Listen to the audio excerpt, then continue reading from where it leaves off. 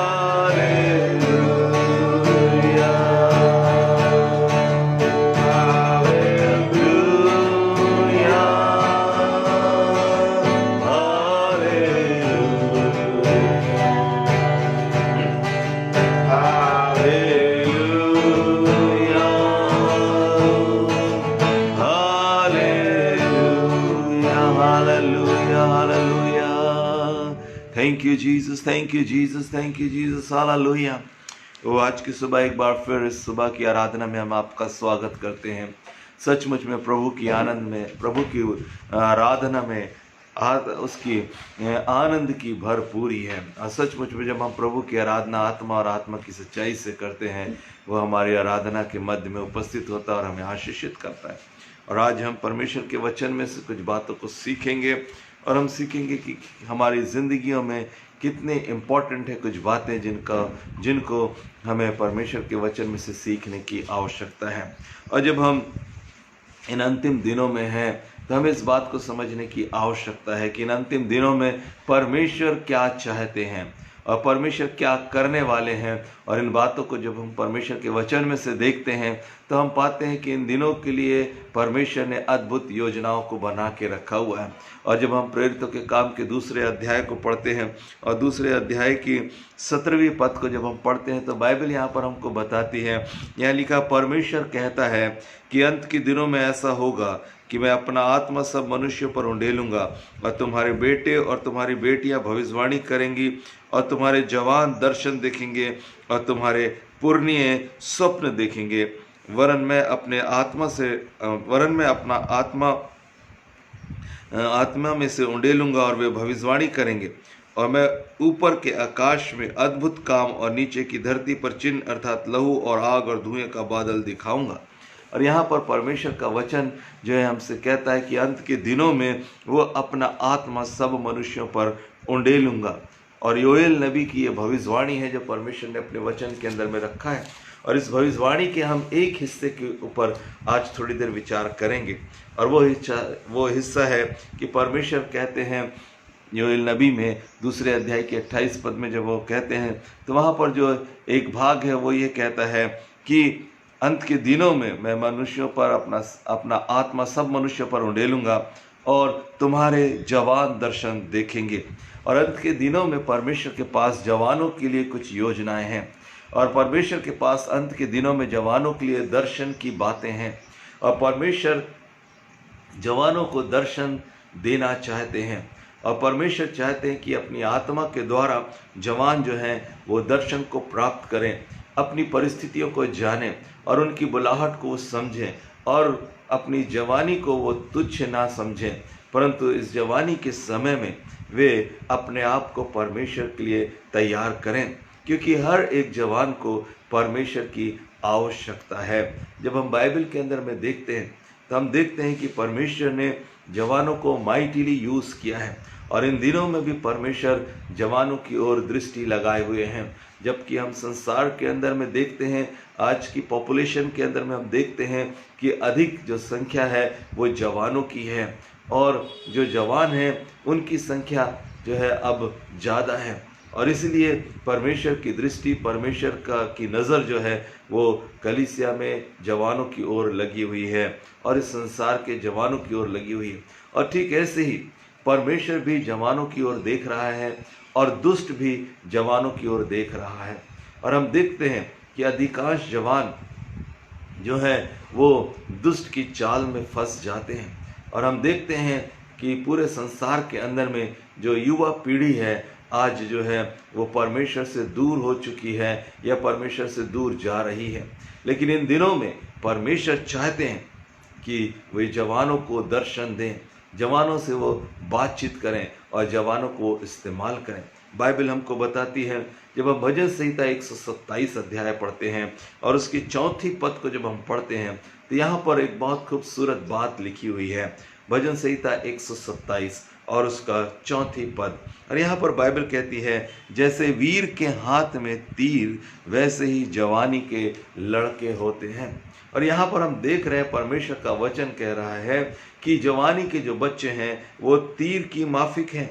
और वो तीर जो वीर के हाथ में है, एक योद्धा के, एक माइटी मैन के हाथ में जो है जो तीर है, जो कमान है, उस कमान में लगने वाला जो तीर है वो जवानी के बच्चे हैं। एक माइटी जो मैन है, एक जो वीर है, जो एक योद्धा है, वो जब अपने युद्ध को लड़ने के लिए जाता है तो सिर्फ कमान भर से काम नहीं चलता है, उसके पास तीरों का होना आवश्यक है। और वो अपने तीरों को तराशता है और वो अपने तीरों को खूबसूरती के साथ बनाता है और अपने तीरों को वो इस तरीके से बनाता है कि वो तीर बिल्कुल सीधे निशाने में जाकर जो है लगे और जिससे वो शत्रु को नाश कर सकता है। और हम पुराने नियम में देखते हैं, पुराने समय के लिए भी पुराने समय में हम देखते हैं, प्राचीन काल में हम देखते हैं कि जो लड़ाई होती थी वो तीर और तलवार से हुआ करती थी। और उसके लिए जो योद्धा होता था वो अपने तीर को पूरे समय जो है तेज धार वाला बनाता था और उसमें तीर के जो सामने वाली नोक है उसको वो धारदार बनाता था, ताकि उस तीर के द्वारा जो है जब वो निशाने पर मारे तो शत्रु जो है उसका नाश हो सके। और अपने तीरों को वो बहुत संभाल के रखते थे। और ठीक इसी रीति से यहाँ पर नीति वचन में परमेश्वर का वचन हमें कहता है कि जवानी के जो लड़के हैं या जवान जो बच्चे हैं, लड़के हों या लड़कियाँ, जवान जो बच्चे हैं वो वीर के हाथ का तीर है। और मैं ये सोच रहा हूँ, ये कह रहा हूँ कि सचमुच में इस दुनिया में सबसे बड़ा वीर कौन है? हमारा यीशु मसीह। और जिसने शैतान को और मृत्यु को हरा दिया है। और आज वो चाहता है कि जवान के बच्चे, जवान लोग जो हैं वो उसके हाथ में आ जाएं। और यदि जवान यीशु के हाथ में आ जाते हैं तो वह एक विजयी पताका को फहरा सकता है अंधकार के ऊपर में, जो उसने ऑलरेडी क्रूस के ऊपर में कार्य किया और अकेला डट के मुकाबला किया और उसने पाप को और पाप की सामर्थ को हरा दिया।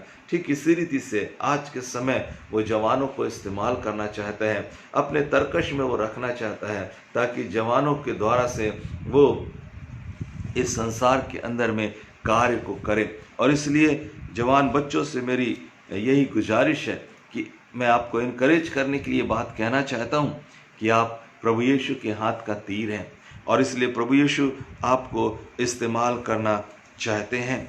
और इस बात को आपको और मुझको, हम सबको जो अपने आप को जवान समझते हैं, हमको जो है समझने की आवश्यकता है। एक बार आप यीशु के हाथ में आ जाएं, उसके बाद यीशु आपको बेहिसाब इस्तेमाल करने पर है। परमेश्वर के हाथ में आ जाएं, परमेश्वर आपको इस्तेमाल करने के लिए तैयार है। वो आपको दर्शन देने के लिए तैयार है, वो आपको टास्क देने के लिए तैयार है, वो आपको लक्ष्य देने के लिए तैयार है, वो आपको हर एक आत्मिक वरदानों से भरने के लिए तैयार है। परंतु अब वो चाहते हैं कि वो परमेश्वर के हाथ में आए।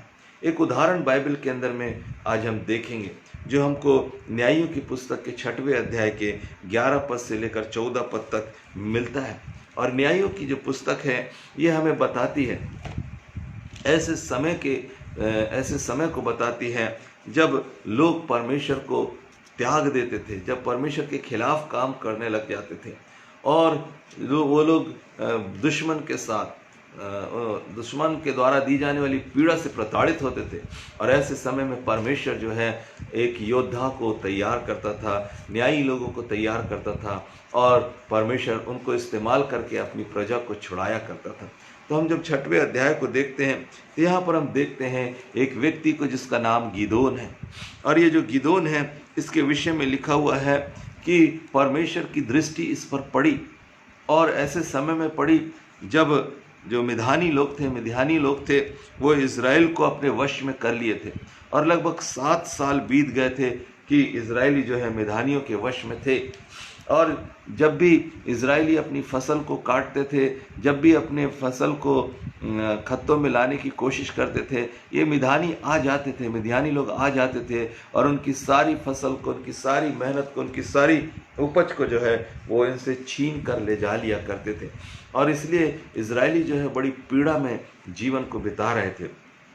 और ऐसे समय में बाइबल हमको बताती है कि परमेश्वर ने ये एक दूत को एक योद्धा के पास में भेजा, एक ऐसे व्यक्ति के पास में भेजा जो अपने आप को बड़ा कमज़ोर समझता है, एक ऐसे व्यक्ति के पास भेजा जो अपने आप को बड़ा हताश महसूस करता है, जो निराश है और जो सफल नहीं है। और यहाँ पर हम बाइबल में पढ़ते हैं तो हम पाते हैं कि तब यहोवा का दूत उस बांज वृक्ष के तले जो है वो बैठ गया और ओपरा में एबीएजेरी योआश का था और उसका पुत्र गिदोन एक दाग के कुंड में गेहूं इसलिए झाड़ रहा था कि उसे मिधानियों से छिपा रखे। और यहाँ पर 11 पद से जब मैं आगे को पढ़ रहा हूँ तो यहाँ पर हम देखते हैं, यहाँ पर परमेश्वर का वचन कहता है कि गिदोन नाम का एक लड़का है, एक जवान है, जो अपने पिता के साथ मिलकर दाग की बारी में जो है वो गेहूं को झाड़ रहा है, क्योंकि गेहूं की फसल तैयार हो चुकी है और इसलिए छुप कर ये झाड़ रहे हैं, क्योंकि कहीं ऐसा ना हो कि मिधानी लोग आ जाएं और उनका सारा गेहूं जो है वो फिर से छीन कर लेकर चले जाएं। और ऐसे समय में जब डर का माहौल है, ऐसा समय जहाँ पर भय का माहौल है, ऐसा समय जहाँ पर शत्रु आकर आक्रमण कर रहा है, ऐसा समय जहाँ पर लोग जो है भयभीत हैं, परमेश्वर का दूत बांज वृक्ष के पास में आकर बैठ गया है और वो गिदोन से बातें करना चाहता है। मेरे प्रियो, इस समय हम कठिन समय से होकर गुजर रहे हैं, डर और भय का माहौल है और ऐसे समय में परमेश्वर जो है जवानों से बात करना चाहता है, अपने लोगों से बातचीत करना चाहता है और उनसे कहना चाहता है कि मैं तुम्हारे साथ हूँ। और यहाँ पर बाइबल हमको बताती है, और जब परमेश्वर का वो दूत जो यहोवा का दूत है वो दर्शन देकर कह रहा है कि हे सूरवीर शूरमा, यहोवा तेरे साथ है। और यहाँ पर इस डरे हुए नौजवान से परमेश्वर बात कर रहा है, परमेश्वर का दूत बात कर रहा है। इस भय से भरा हुआ जवान, असफल जवान, और इसके पास शारीरिक रीति से ताकत है, बल है और सब कुछ इसके पास में है, लेकिन फिर भी ये डरा हुआ भयभीत है। और परमेश्वर का अभिवादन, परमेश्वर के दूत का अभिवादन इसका नाम लेकर नहीं है। वो ये नहीं कह रहा हे गिदोन, परंतु वह कहता है हे शूरवीर शूरमा। शूरवीर शूरमा का मतलब है एक योद्धा। परमेश्वर उसके लिए ये शब्द को इस्तेमाल कर रहा है कि तू कमज़ोर नहीं है, तू बलवान है, तू हारा हुआ नहीं है, तू विजयी है, तू एक डरा हुआ व्यक्ति नहीं है, परंतु तू एक सामर्थी योद्धा है। और वो योद्धा करके उसको बुला रहा है, शूरवीर, वीरों का वीर, तू सूरमा है, तू विजयी व्यक्ति है। और तब बाइबल हमको बताती है कि वो कह रहा है कि यहोवा तेरे संग है। लेकिन यहाँ पर हम देखते हैं कि गिदोन क्या कह रहा है। गिदोन कह रहा है कि हे प्रभु, मेरे प्रभु, विनती सुन, यदि यहोवा हमारे संग होता तो हम पर यह सब विपत्ति क्यों पड़ती। और जितने आश्चर्य कर्मों का वर्णन हमारे पुरखा यह कहकर कहते थे, क्या यहोवा हमको मिस्र से छुड़ा ले आया है, वे कहाँ रहे। अब तो यहोवा ने हमको त्याग दिया है और मिद्यानियों के हाथ में कर दिया है।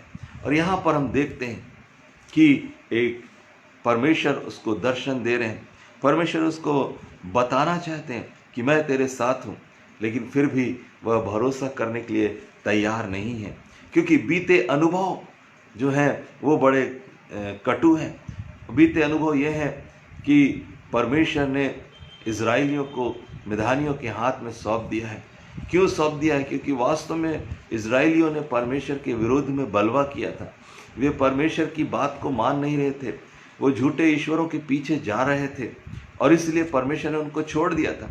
लेकिन आज मौका है कि परमेश्वर एक बार फिर इज़राइल की ओर फिर रहे हैं और कह रहे हैं कि तू उठ गिदोन, तू उठ, तू शूरवीर शूरमा है और मैं तुझे इस्तेमाल करने पर हूँ। तब बाइबल हमको आगे बताती है, लिखा हुआ है कि जब गिदोन इस बात को समझ नहीं रहा था तब परमेश्वर का दूत उसको समझा रहा है। यहाँ लिखा है, लेकिन अब समय आ गया है कि यहोवा जो है वो मिद्यानियों के हाथ से इज़राइल को छुड़ाए, इसलिए अब उसे गिदोन की आवश्यकता है और वह गिदोन के द्वारा मिद्यानियों को हराना और इज़राइल को आज़ाद करना चाहता है। और जब गिदोन परमेश्वर के हाथ में आ गया तब बाइबल हमको बताती है, यहोवा का आत्मा गिदोन में समाया और उसने नरसिंगा फूका और एबेनेज़री उसके सुनने लगे और इज़राइलियों ने मिद्यानियों पर पूर्णतः विजय को प्राप्त कर लिया। और यहाँ पर हम इस बात को सीखते हैं, देखते हैं कि परमेश्वर जो है इस लड़ाई में गिदोन को इस्तेमाल करना चाहता है और उसको निश्चित कराना चाहता है कि सचमुच में मैं तेरे साथ हूँ। इस कहानी के अंदर में से आज बहुत सारी बातों को हम सीखने जा रहे हैं और यहाँ पर विज्ञानियों पर जय प्राप्त की गई है, क्योंकि परमेश्वर ने गिदोन को यहाँ पर इस्तेमाल किया है। और बाइबल हमको बताती है कि पुराने नियम के अंदर में जो लड़ाइयाँ हैं, पुराने नियम के अंदर में जो युद्धों का वर्णन हम पाते हैं, नए नियम के लिए वो एक उदाहरण है, एक दृष्टांत है। और इसलिए इन दृष्टांतों के अंदर में जब हम जाते हैं तो आज की परिस्थितियों को हम समझ सकते हैं। और बाइबल हमको बताती है कि आज जो लड़ाइयाँ हैं वो बेशक तीर और तलवार की नहीं है। आज की जो लड़ाई है वो बदल गई है। उस लड़ाई वही है, लेकिन जो परिवेश है वो बदल गया है। पहले लोग तलवारों से और तीरों से लड़ाई लड़ते थे, लेकिन अब आत्मिक लड़ाई है, क्योंकि अब हम यीशु मसीह में उस आत्मिक परिवेश में आ जाते हैं, आत्मिक जीवन में हम आ जाते हैं। और बाइबल हमको बताती है, जब हम परमेश्वर के वचन को जब हम पढ़ते हैं तो परमेश्वर का वचन हमको बताता है कि हम जो है अपनी अब जो हमारी जो लड़ाई है वो किस रीति की लड़ाई है।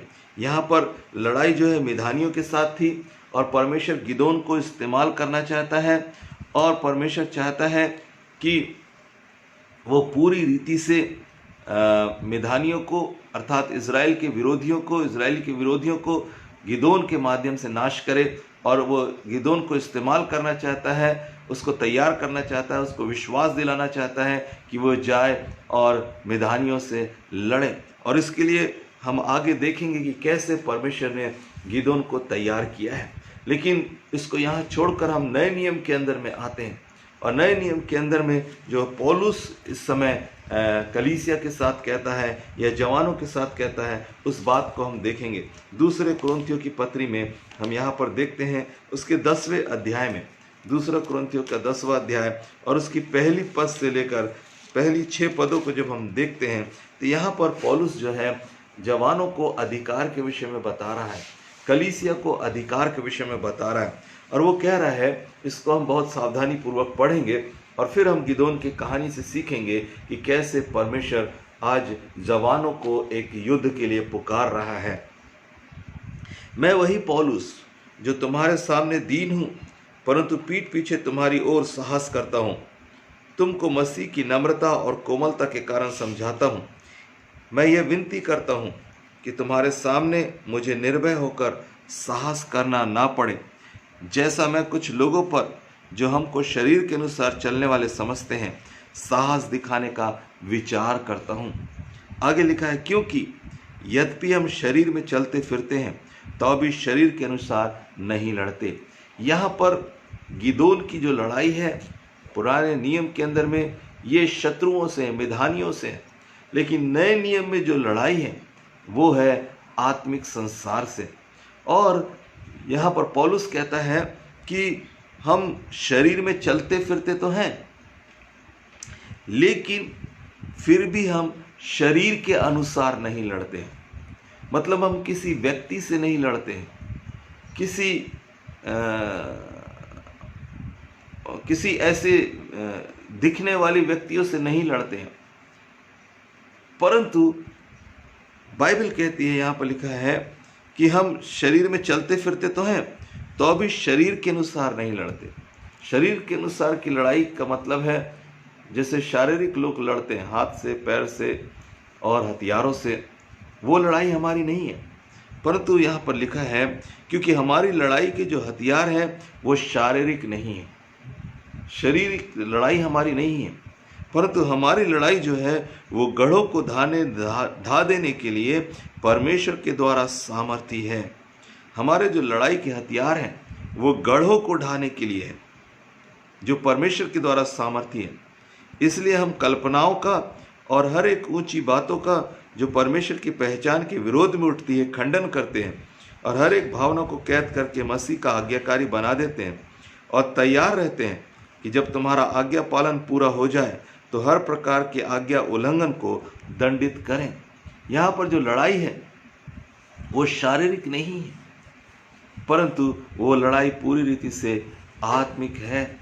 और इस आत्मिक लड़ाई में जो है वो लड़ाई है गढ़ों को ढा देने के लिए। गढ़ क्या है और इन गढ़ों को समझने की आवश्यकता है। यहाँ पर हमें कुछ बातों को समझने की आवश्यकता है जो नए नियम की लड़ाई है।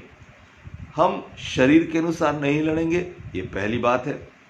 दूसरी बात, हमको गढ़ों को ढा देना है। गढ़ मतलब है किला, और किला का मतलब है वो बातें जो परमेश्वर के विरोध में खड़ी हुई हैं। एक विश्वासी जीवन के अंदर में एक जवान के सामने जो बातें खड़ी हैं, जो किले के समान हैं, जिसके कारण से परमेश्वर के साथ हमारे संबंध, परमेश्वर के साथ हमारी मुलाकात, परमेश्वर के साथ हमारा वार्तालाप और परमेश्वर का दर्शन हम तक पहुंचता नहीं है।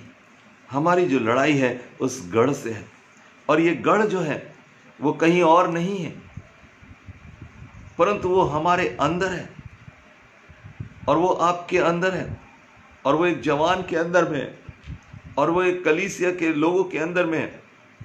ये हमारे व्यक्तिगत जीवन के अंदर में है। और वो गढ़ कैसे बने हैं? जो तीसरी, चौथी और पांचवी बात है यहाँ पर कि कल्पनाएं, ऊंची बात और हर भावना।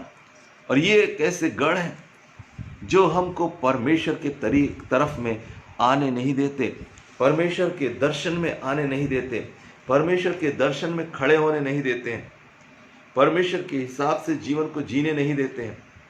और इन गढ़ों को ढाना बहुत ज़रूरी है, क्योंकि ये गढ़ दिखने वाला गढ़ नहीं है, परंतु ये गढ़ जो है वो अदृश्य है, क्योंकि वो हमारे अंदर है। जब एक लड़ाई लड़ने वाला योद्धा सामने किसी शत्रु को देखता है, वो उससे लड़ाई कर सकता है, वो आसान है।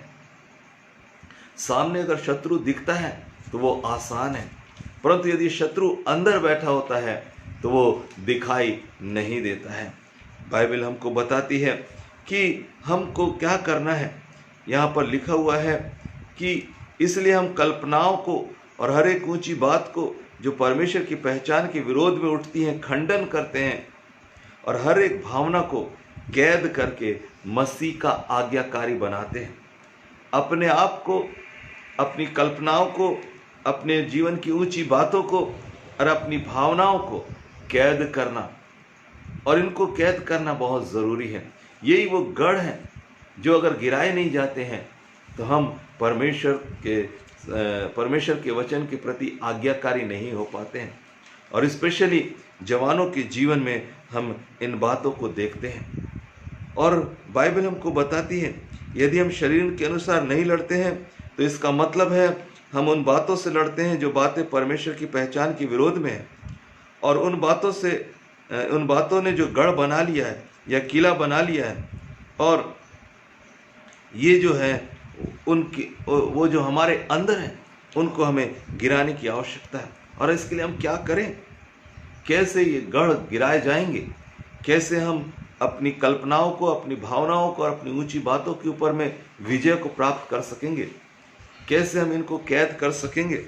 दूसरा तीमुथियुस की पत्री 2 अध्याय और पहली पद से आगे को जब हम पढ़ते हैं, 13 पद तक जब हम पढ़ते हैं, यहाँ पर हम कुछ बातों को देखते हैं। और इसके अनुसार जो है यहाँ पर एक स्वामी भक्त सेवक जो योद्धा है उसकी नाई हमें कार्य करने की आवश्यकता होगी। जो तीमुथियुस को सीक्रेट बता रहा है पौलुस कि कैसे हम उन गढ़ों को गिरा सकते हैं, कैसे हम अपनी अभिलाषाओं पर, अपने कल्पनाओं पर, ऊंची बातों के ऊपर में और भावनाओं के ऊपर में जय को प्राप्त कर सकते हैं। और यहाँ पर लिखा हुआ है पहली बात, अगर आप उस अध्याय को पढ़ेंगे 1 पद से लेकर 13 पद तक, दूसरे अध्याय को तीमुथियुस के दूसरे तीमुथियुस के दूसरे अध्याय की पहली पद से लेकर 13 पद तक जब आप पढ़ेंगे तो यहाँ पर कुछ बातें आपको देखने को मिलती हैं। यहाँ पर पहली बात हमको देखने को मिलती है वो ये है कि प्रभु के अनुग्रह में हमको बलवान होना है। और तब हम प्रभु की दया को यदि हम प्राप्त करेंगे, परमेश्वर के अनुग्रह को अगर हम प्राप्त करेंगे, तभी हम इन बातों से निपट सकते हैं, क्योंकि इन बातों से निपटना हमारे वश में नहीं है, और इसलिए हमको परमेश्वर के अनुग्रह की आवश्यकता है। और इब्रानियों की पत्री के 4 अध्याय में लिखा है, आओ हम अनुग्रह के सिंहासन के करीब में चलें, ताकि वो अनुग्रह पाएं जो आवश्यकता के समय में हमारी मदद कर सकता है या हमारी सहायता कर सकता है। और इसलिए हमें परमेश्वर के अनुग्रह की आवश्यकता है, परमेश्वर की दया की आवश्यकता है। दूसरी बात हमको यहाँ पर देखने को मिलती है, और वो ये है कि मसीह यीशु के अच्छे योद्धा के समान दुख उठाने के लिए तैयार होना। मसीह यीशु के एक अच्छे योद्धा की नाई दुख उठाने के लिए तैयार होना। तीसरी बात हमको यहाँ देखने को मिलती है कि अपने आप को संसार के कामों में नहीं फंसाना है। हम अपने आप को संसार की रीति पर चला नहीं सकते हैं, संसार के हिसाब से हम अपने कामों को नहीं कर सकते। चौथी बात यहाँ पर हमको सिखाती है कि हमको धीरज से सहना जरूरी है, धीरज रखना जरूरी है। पांचवी बात हमको यहाँ पर बताती है वो है हमको प्रभु का इनकार नहीं करना है। परिस्थिति चाहे कितनी भी विरोधी विपरीत क्यों ना हो जाए, हमको प्रभु में बने रहने की आवश्यकता है। पांचवी बात जो हमें यहाँ पर, सातवीं बात जो हमें कौन सी बात है, पांचवी बात कि हमको प्रभु का इनकार नहीं करना। छठवीं बात हम कह रहे हैं वो है विश्वास योग्य बने रहने की आवश्यकता है। जब आप विश्वास योग्य बने रहते हैं, आप इस लड़ाई को जीत जाएंगे। सातवीं बात जो यहाँ पर है वो है प्रभु को प्रसन्न करना, ये हमारा परम कर्तव्य है। तो यहाँ पर हमने 7 बातें ऐसी देखी जिनके द्वारा से हम गढ़ों को ढाने के लिए अपने आप को प्रिपेयर करते हैं, तैयार करते हैं। और ये गढ़ क्या है? ये गढ़ हमारी कल्पनाएं हैं, ऊंची बात है और भावनाएं हैं। और इसके लिए अलग अलग ट्रांसलेशन में अलग अलग शब्दों का इस्तेमाल किया गया है। जो कल्पना है उसके लिए जो शब्द आया हुआ इमेजिनेशन, जो हम जानते हैं उसको हम बोलते हैं कल्पना, परंतु इसके लिए एक और जो शब्द आया है वो है आर्गुमेंट। आर्गुमेंट्स शब्द एक ट्रांसलेशन में आया और उसका मतलब है दलील या तर्क या बहस या झगड़ा या वाद विवाद। और जो कल्पनाएं हैं उसके समतुल्य ये शब्द का इस्तेमाल किया गया है। और इसलिए इंग्लिश में ट्रांसलेशन कहता है वी डिमोलिश ऑल आर्गुमेंट्स। जो दलीलें हैं, जो तर्क हैं, जो विवाद हैं, उनको डिमोलिश करने के लिए, उनको पूरी रीति से नाश करने के लिए हमको परमेश्वर के अनुग्रह की आवश्यकता है। दूसरा शब्द जो आया है ऊंची बात के लिए हाई थिंकिंग, ऊंची जो सोच है, विचारधारा के अंदर जो ऊंची बातें हैं, उन हाई जो थिंग्स हैं, हाई जो थिंकिंग है, ऊंची जो सोच है जो परमेश्वर के हिसाब से नहीं है, उसको डिमोलिश करने के लिए,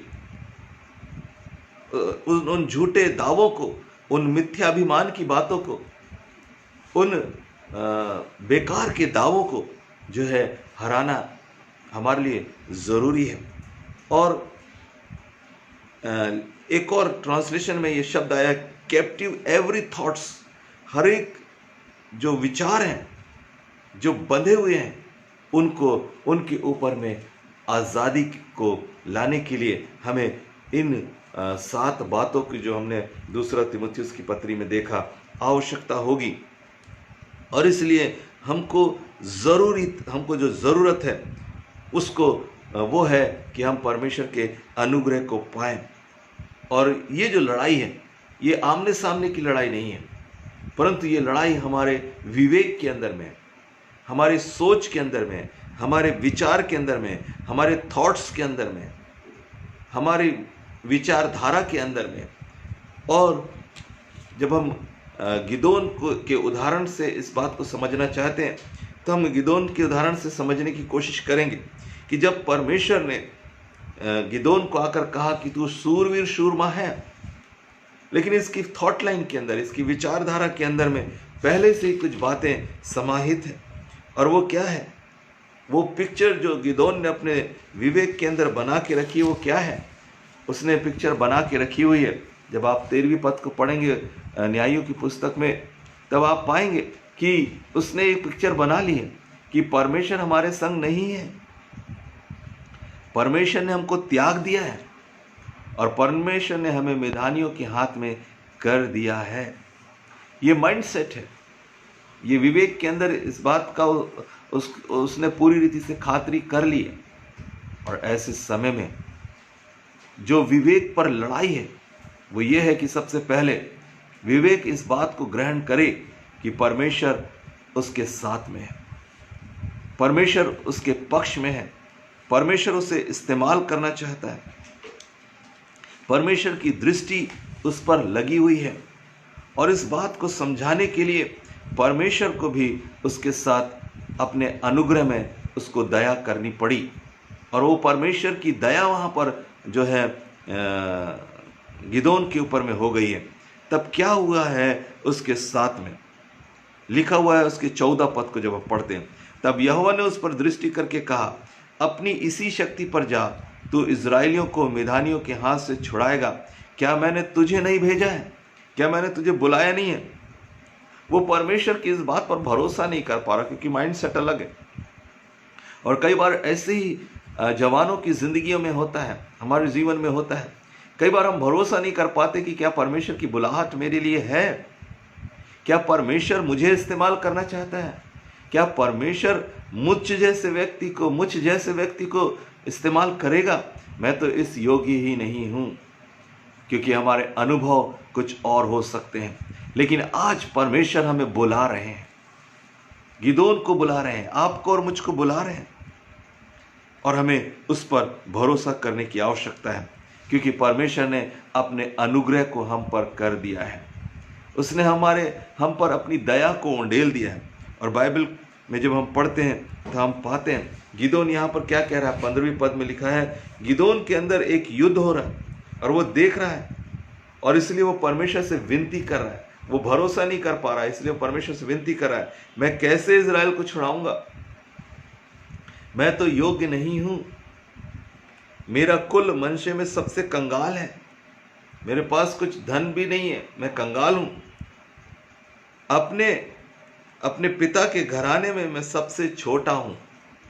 और वो अपनी सारी कमजोरियों को परमेश्वर के सामने गिना रहा है। मेरे प्रियो, जब परमेश्वर आपको बुला रहा है तो आप ये ना सोचे कि आप कमज़ोर हैं।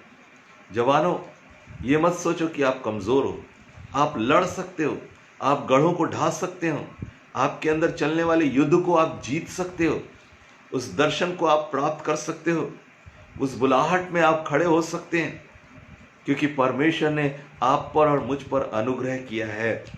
और अनुग्रह के द्वारा ही आपका और मेरा उद्धार हुआ है, और अनुग्रह की बहुतायत परमेश्वर ने हम पर उंडेली है, और इसलिए हम इस युद्ध को लड़ सकते हैं। और इस युद्ध को लड़ने के लिए जो अनुग्रह चाहिए है वो परमेश्वर ने ऑलरेडी हमको दे रखा है। बाइबल हमको बताती है, जब हम गिदोन के विषय में पढ़ रहे, उसी के न्यायों के पुस्तक के अंदर में जब हम अध्ययन कर रहे हैं, तो उसकी 16 पद जो है हमें इस बात के विषय में बताती है। और क्या बात लिखी हो 16वीं पद में, क्या बात लिखा हुआ है 6वें अध्याय की 16 पद में। यहाँ लिखा है, यहोवा ने कहा, निश्चय मैं तेरे संग हूँ, इसलिए तू मिधानियों को ऐसा मार लेगा जैसा एक मनुष्य मार लेता है। बहुत आसान है ये लड़ाई, बड़ी कठिन नहीं है, तू जीत जाएगा, मैं तेरे साथ हूँ। मेरे प्रियो जवानों, जवान बेटे और बेटियों, जानिए ये समय है कि परमेश्वर आपके साथ है और आप उसके दर्शन को पाएं। परमेश्वर ये विश्वास दिलाना चाहता है कि वो आपके साथ में है। और तब गिदोन जो है 17वें पद में लिखा हुआ है, गिदोन परमेश्वर से बात कर रहा और कह रहा है, यदि तेरा अनुग्रह मुझ पर हो तो मुझे इसका कोई चिन्ह दिखा दे कि तू मुझसे बातें कर रहा है। और परमेश्वर चिन्ह भी दिखाने के लिए तैयार है।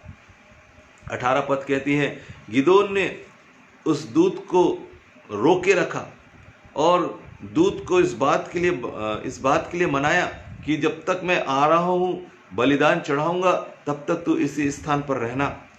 और वो दूत ने कहा, हाँ मैं रहूँगा, मैं यहीं रहूँगा। और गिदोन जब आया और उसने बलिदान चढ़ाया तब तक दूत ठहरा रहा। मेरे प्रियो, जब तक आप भरोसा ना कर लें, परमेश्वर आपके साथ में खड़ा हुआ है। वो आपको ये भरोसा दिलाना चाहता है कि इन अंतिम दिनों में मैं अपना आत्मा तुम पर उंडेलूंगा। वो भरोसा दिलाना चाहता है इन अंतिम दिनों में मैं तुम्हें इस्तेमाल करना चाहता हूँ। वो भरोसा दिलाना चाहता है कि इन अंतिम दिनों में आप अपने अंदर के द्वंद्व से जीत सकते हैं। वो भरोसा दिलाना चाहता है कि आप उन गढ़ों को ढा सकते हैं। वो भरोसा दिलाना चाहता है कि वो आपकी कल्पनाओं को, वो आपकी भावनाओं को और ऊंची बातों को, उस पर आपको जय दे सकता है।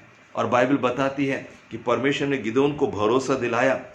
19 पद से लेकर 24 पद तक जब आप पढ़ेंगे तो वहां पर आप देखेंगे कि गिदोन को परमेश्वर ने भरोसा दिलाया। और जब गिदोन को भरोसा हो गया कि मेरा परमेश्वर मेरे साथ है, तब उसने कहा हाँ अब मैं तैयार हूं प्रभु। और तब परमेश्वर ने उसको काम सौंपा। और जिस दिन आप पूरा भरोसा करेंगे, परमेश्वर आपको कार्य सौंपने लगेंगे। परमेश्वर आपके अंदर दर्शन को डालने लगेंगे। परमेश्वर आपके विजन को क्लियर कर देंगे। परमेश्वर आपके बुलाहट को क्लियर कर देंगे। परमेश्वर के प्रति जब आप समर्पण करते हैं, जब परमेश्वर पर आप पूरा भरोसा करने लग जाते हैं, परमेश्वर आपका मार्गदर्शन करने लग जाएंगे। परमेश्वर आपको मार्ग दिखाने लग जाएंगे जब आप उनके प्रति समर्पित हो जाएंगे। और यहाँ पर बता रहे हैं, परमेश्वर का वचन कह रहा है, पहला काम जो है गिदोन को दिया गया। और वो पहला काम क्या था? बाइबल हमको बताती है, 25 पद के अंदर में लिखा हुआ है कि परमेश्वर ने कहा, बाल की वेदियों को गिरा दे, आशेरा देवी को काट डाल और अपने परमेश्वर के लिए एक वेदी बना। जो वेदियां दुष्ट ने बना के रखी हैं, जो दुष्ट की वेदियां हैं, उनको गिरा दे। और ये वो लड़ाई है, जो वो विचार हैं जो हमारे माइंडसेट के अंदर में है, जो परमेश्वर की पहचान के विरोध में खड़े हैं, उनको गिराना और परमेश्वर की वेदी को तैयार करना। अपने जीवन के अंदर में उन संसार की बातों को पूरी तरह से निकालकर अब परमेश्वर की वेदी अपने जीवन में बनाने की आवश्यकता है। जवान बच्चों, जिन जिन बातों ने तुम्हारे जीवन में परमेश्वर के स्थान को ले लिया है, उन्हें अपने जीवन से हटाना जरूरी है। परमेश्वर के स्थान को किसी और ने ले लिया है। हो सकता है वो कोई आदत है, हो सकता है वो कोई सोच है, हो सकता है वो कोई परिस्थिति है, हो सकता है वो जैसे परमेश्वर के वचन के अंदर में लिखा हुआ है, जब हम परमेश्वर के वचन को पढ़ते हैं तो हम पाते हैं कि वहां पर कुछ बातें हैं जिन बातों से हमें भागना होगा। जो बातें वो गढ़ बन गई हैं, वो बातें जिन्होंने परमेश्वर का स्थान ले लिया है। दूसरा तीमुथियुस 2 अध्याय की 22 पद के द्वारा मैं आपको इस बात को समझाना चाहता हूं, और पहला तीमुथियुस 6 और 11 के अनुसार इसको समझाना चाहता हूं। तो पहले मैं पढ़ रहा हूं आपके लिए दूसरा तीमुथियुस 2 का 22। बहुत ही सतर्कता के साथ इस शिक्षा को आपको सुनना होगा, क्योंकि ये ऐसी लड़ाई है जो दूसरा आपके लिए नहीं लड़ सकता। आपके माता पिता, आपके भाई बहन, आपके पासवान इस लड़ाई को आपके लिए नहीं लड़ सकते, परंतु इस लड़ाई को लड़ने के लिए आपको स्वयं तैयार होना पड़ेगा। आपके व्यक्तिगत जीवन के अंदर उस सामर्थ को जनरेट करना पड़ेगा, जिस सामर्थ को परमेश्वर ने ऑलरेडी आपके अंदर में डाल दिया है। इन गढ़ों को ढाने के लिए, इन पर जय पाने के लिए, उन चीजों पर जय पाने के लिए जिन चीजों ने परमेश्वर के स्थान को छीन लिया है, जहां परमेश्वर की आराधना होना चाहिए, जहां परमेश्वर को सर्वश्रेष्ठ स्थान देना चाहिए, वहां पर दूसरी बातों ने कब्जा कर लिया है। और पहला काम गिदोन को परमेश्वर ने दिया था कि इजरायली लोगों, तुमने जो बाल की वेदियों को बनाया है, आशेरा की वेदियों को बनाया है, पहले इसको गिराना जरूरी है, इसको ढाना जरूरी है, और इसको ढाकर परमेश्वर की वेदी को बनाना जरूरी है। सिर्फ ढाने मात्र से काम नहीं बनेगा, परंतु वहां पर परमेश्वर की वेदी का होना बहुत जरूरी है। और परमेश्वर का वचन यहां पर हमको बताता है वो चीजें जिनको ढाना है, जिनको गिराना है, जो गढ़ के समान है, वो क्या है? यहां पर लिखा हुआ है, दूसरा तीमुथियुस दूसरा अध्याय 22 पद, यहां लिखा है जवानी की अभिलाषा से भाग। मतलब अभिलाषा वो जगह है जिसने परमेश्वर के स्थान को ले लिया है। और यहां पर लिखा जवानी की अभिलाषाओं से भाग, और जो शुद्ध मन से प्रभु का नाम लेते हैं उनके साथ धर्म और विश्वास और प्रेम और मेल मिलाप का पीछा कर। इसी के साथ एक और पद में पढ़ रहा हूं, पहला तीमुथियुस 6वें अध्याय की 11 पद। और पहला तीमुथियुस 6वें अध्याय की 11 पद क्या कहती है? हे परमेश्वर के जन, तो इन बातों से भाग। कौन सी बातें? अभिलाषा। इसने परमेश्वर के स्थान को ले लिया है और इसको ढाना बहुत जरूरी है, क्योंकि जब ये अभिलाषा ही है जिसके अंदर कल्पनाएं हैं, जिसके अंदर में ऊंची बातें हैं, जिसके अंदर में वो बातें पाई जाती हैं जो परमेश्वर के सन्मुख में ठीक नहीं है। भावनाएं, ऊंची बात, कल्पना, ये अभिलाषा के अंदर में है। और बाइबल हमको बताती है कि ये कुछ बातें हैं जिनका पीछा हमको करना है अभिलाषा को छोड़कर। यहाँ लिखा हुआ है, पहली बात, धर्म का पीछा करना है। धर्म का मतलब है किसी धर्म के अनुयायी होने की बात नहीं कर रहे हैं, ईसाई धर्म के अनुयायी होने की बात नहीं कर रहे हैं, परंतु धर्म का मतलब है वो धार्मिकता जो यीशु मसीह में हमको मिल गई है। उस धार्मिकता का पीछा हमको करना पड़ेगा। दूसरी बात, यहां भक्ति, परमेश्वर की भक्ति। भक्ति का मतलब है एक ही आराध्य है जिसकी हम आराधना करते हैं, एक ही प्रभु है जिसकी हम आराधना करते हैं, एक ही स्वामी है जिसकी हम सेवा करते हैं। तीसरी बात, विश्वास। हमारा जो विश्वास है वो परमेश्वर पर, यीशु मसीह पर अटल होना है। प्रेम, परमेश्वर के प्रति जो प्यार है उसका पीछा करना है, परमेश्वर के प्रेम का पीछा करना है, अगापे प्यार का पीछा करना है, निस्वार्थ बलिदानी प्रेम का पीछा करना है। धीरज, ये लड़ाई जो है वो धीरज के साथ लड़े जाने वाली लड़ाई है। ये ऐसी लड़ाई नहीं है कि एक बार में खत्म हो जाएगी, परंतु प्रतिदिन इसका सामना हमको करना पड़ेगा। नम्रता और मेल मिलाप, नम्रता और मेल मिलाप, इनका पीछा करने के कारण द्वारा से हम इन वेदियों को गिरा सकते हैं जिन्होंने परमेश्वर के स्थान को हमारे जीवन के अंदर में ले लिया। विश्वास की अच्छी कुश्ती लड़ और अपने अंगीकार को थामे रहे, क्योंकि अभिलाषा जो है वो हमको अपनी ओर आकर्षित करती है, वो अपनी ओर खींचती है। और बाइबल क्या कहती है अभिलाषा के विषय में? याकूब 1 और उसकी 14 पद को जब हम पढ़ते हैं तो यहाँ पर लिखा हुआ है, परंतु प्रत्येक व्यक्ति अपनी ही अभिलाषा से खिंचकर और फंसकर परीक्षा में पड़ता है, और फिर अभिलाषा गर्भवती होकर पाप को जनती है, और जब पाप बढ़ जाता है तो मृत्यु को उत्पन्न करता है। और यहाँ पर हम देखते हैं कि अभिलाषा जो है वो हमें खींच लेती है और खींचती है। जब हम भागने की कोशिश करते हैं तो खींच लेती है। अभिलाषा का काम खींचना है, और परमेश्वर कह रहे हैं इससे भागना जरूरी है। वो खींचेगी, आपको भागना है। वो हम हर समय खींचेगी और आपको भागना है। वो प्रतिदिन खींचेगी, हमको प्रतिदिन भागना पड़ेगा। कहाँ भागना पड़ेगा? हमको परमेश्वर के प्रेम की तरफ भागना पड़ेगा। कहाँ भागना पड़ेगा?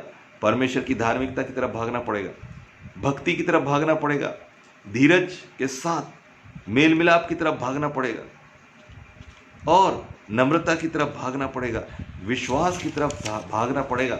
एक कुश्ती लड़नी पड़ेगी विश्वास की, और उसके लिए परमेश्वर का वचन कह रहा है अभिलाषाओं से भागना पड़ेगा, और उसके लिए परमेश्वर का अनुग्रह हमें चाहिए। हमने देखा 7 बातें हैं जो हमको चाहिए। नंबर 1 हमको चाहिए था परमेश्वर का अनुग्रह, और उस अनुग्रह में हमको बलवंत होना है, दुख भी उठाना है, लेकिन हमको प्रभु को के हाथ में बने रहना है, उसके हाथ के तीर बने रहना है। और इसलिए मेरे प्रियो, बाइबल हमको बताती है, पहला यूहन्ना और उसके 2 अध्याय की 16 पद में लिखा है, जो संसार है और उस संसार के अंदर में क्या है, अर्थात शरीर की अभिलाषा, आंखों की अभिलाषा और जीविका का घमंड है। और इस पर जय पाने के लिए हमको प्रभु के अनुग्रह की आवश्यकता है, प्रभु की दया की आवश्यकता है, क्योंकि ये वास्तव में हमें फंसा देती है। और इस विषय पर हम आगे अध्ययन करने जा रहे हैं। लेकिन एक बात मैं आपको बताना चाहता हूं कि अभिलाषा जो है वो हमेशा हमें दंड की ओर लेकर जाती है, हमें विनाश की ओर लेकर जाती है, प्रताड़ना की तरफ लेकर जाती है। वो हमें न्याय की तरफ लेकर चली जाती है, जहाँ पर हमारा न्याय होने लग जाता है। और एक छोटी कहानी मैं आपको बताकर इस बात को समझाना चाहता हूँ।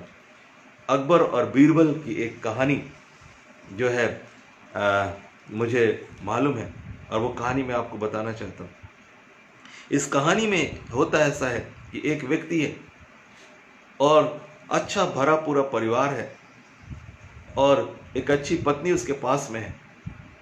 लेकिन कुछ बीमारी आई और पत्नी जो है वो उसका स्वर्गवास हो गया। और ये जो व्यक्ति है जिसका नाम अब्दुल है, ये अब्दुल बहुत ही निराश हो गया, परेशान हो गया। अब उसके अंदर में जीने की कोई इच्छा नहीं है, अब वो जीना नहीं चाहता है और उसके जीवन की हर खुशी चली गई है। वो हताश है और निराश है। लेकिन एक दिन जब वो जा रहा था रास्ते से, तो एक काजी उसको मिल गया और उसने देखा और कहा, अब्दुल, तेरे चेहरे में बड़ी निराशा है, क्या कारण है कि तू निराश है? उसने कहा, काजी साहब, अब जीने की इच्छा नहीं है, क्योंकि मेरा सब कुछ खत्म हो गया है, मेरा परिवार खत्म हो गया, अब मैं किसके लिए जीऊं और कैसे जीऊं? तब काजी ने कहा, बहुत दुख है कि तेरी पत्नी अब नहीं है, लेकिन याद रख, खुदा है। और तू एक काम कर, थोड़े दिन के लिए तू अजमेर चला जा, वहाँ पर खुदा की इबादत करना। और कहानी आगे बताती है कि वो जाने के लिए तैयार हो गया। और जब वो जाने के लिए तैयार हो गया तो उसने कहा, मेरी धन संपत्ति मैं किसके हाथ में सौंपूंगा? तब उसने काजी साहब को अपने सारे सोने के जितने सिक्के थे एक थैली में रख कर काजी को देने गया और बोला, काजी साहब, आपसे अच्छा ईमानदार और कोई व्यक्ति नहीं है, और इसलिए आप मेरी संपत्ति को अपने पास में रख लें। और सोने के सिक्के उस थैली में उसने डालकर काजी को दिया। और काजी ने कहा कि इसको अपने सामने सील बंद कर, ताकि जब तू आए तो इस सील को देखकर पहचाने कि ये थैली जो है खोली नहीं गई है।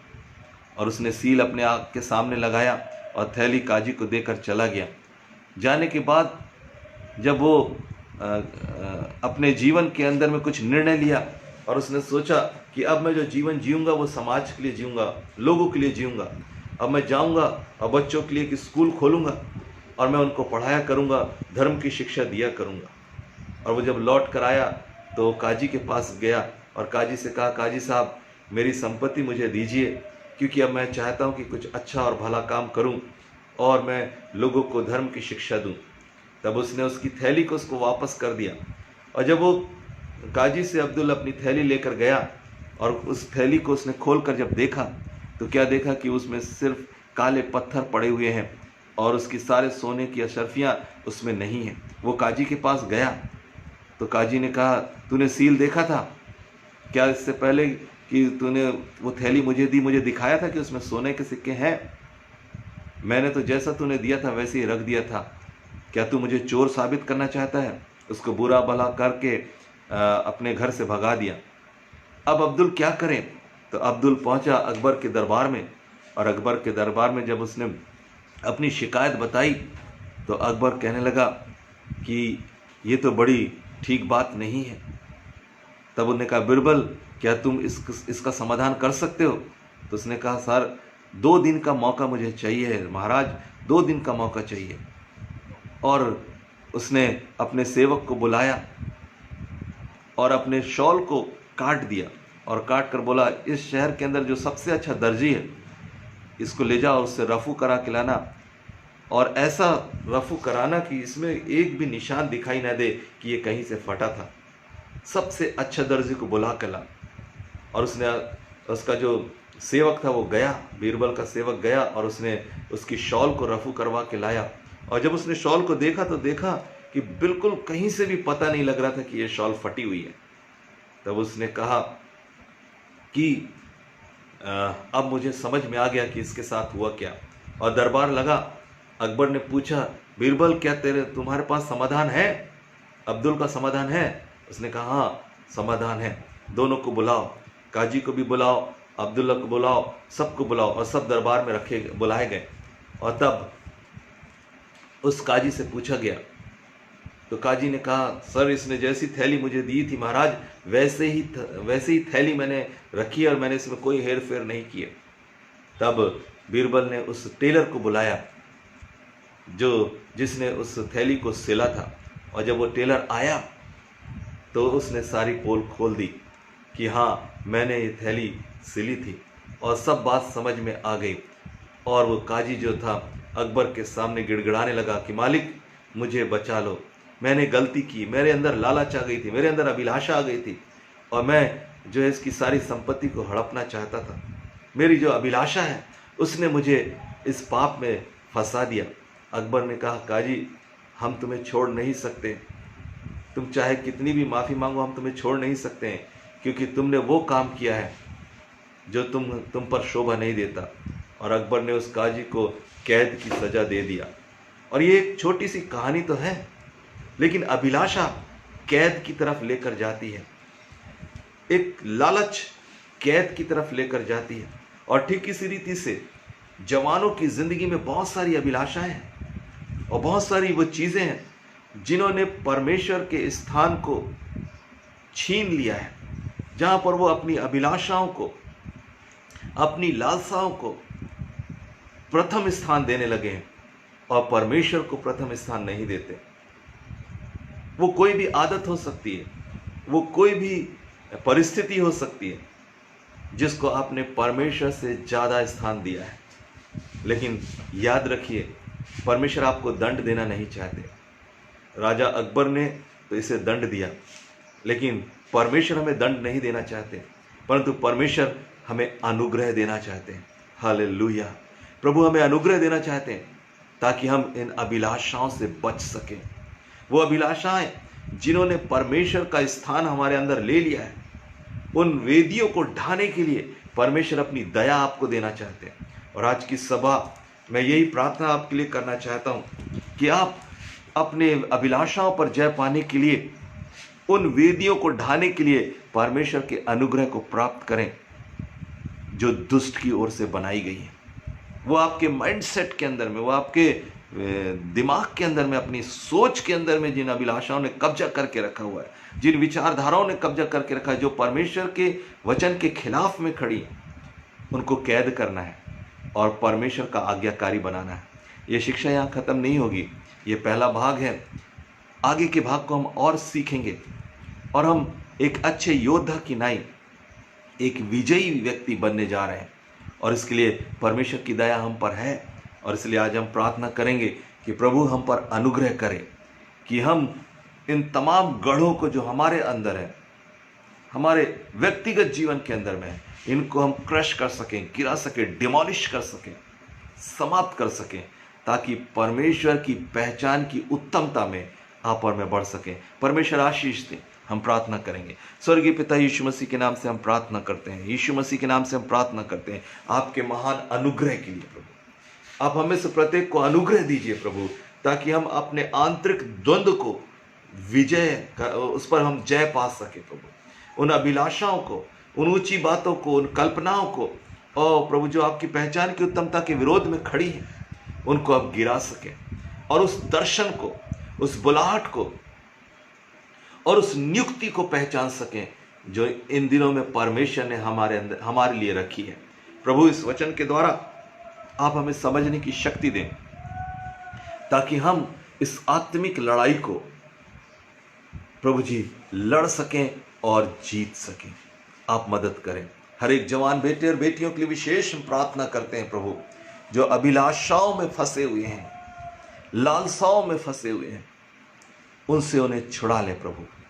जैसे आपने गिदोन को यह विश्वास दिला दिया कि मैं तेरे साथ हूं, ऐसे ही विश्वास जवानों को दिलाए परमेश्वर ताकि वो विश्वास से भर जाए और कहें हाँ मेरा परमेश्वर मेरे साथ और मैं अपने परमेश्वर के साथ सब कुछ कर सकता हूं। Thank you Lord. आज की सुबह आप अपने बच्चों को आसमान खोलकर आशीष दें, यीशु के नाम से मांगते हैं, आमीन आमीन आमीन। आइए प्रभु की प्रार्थना को दोहराएंगे। हे हमारे पिता, आप जो स्वर्ग में हैं, आपका नाम पवित्र माना जाए, आपका राज आए, आपकी इच्छा जैसे स्वर्ग में पूरी होती है वैसे इस पृथ्वी पर भी पूरी हो। हमारे दिन भर की रोटी आज हमें दे, और जैसे हमने अपने अपराधियों को क्षमा किया है वैसे ही हमारे अपराधों को क्षमा करें। हमें परीक्षा में न लाए परंतु बुराई से बचाएं, क्योंकि राज्य, पराक्रम और महिमा सदा तेरे। आमीन आमीन आमीन।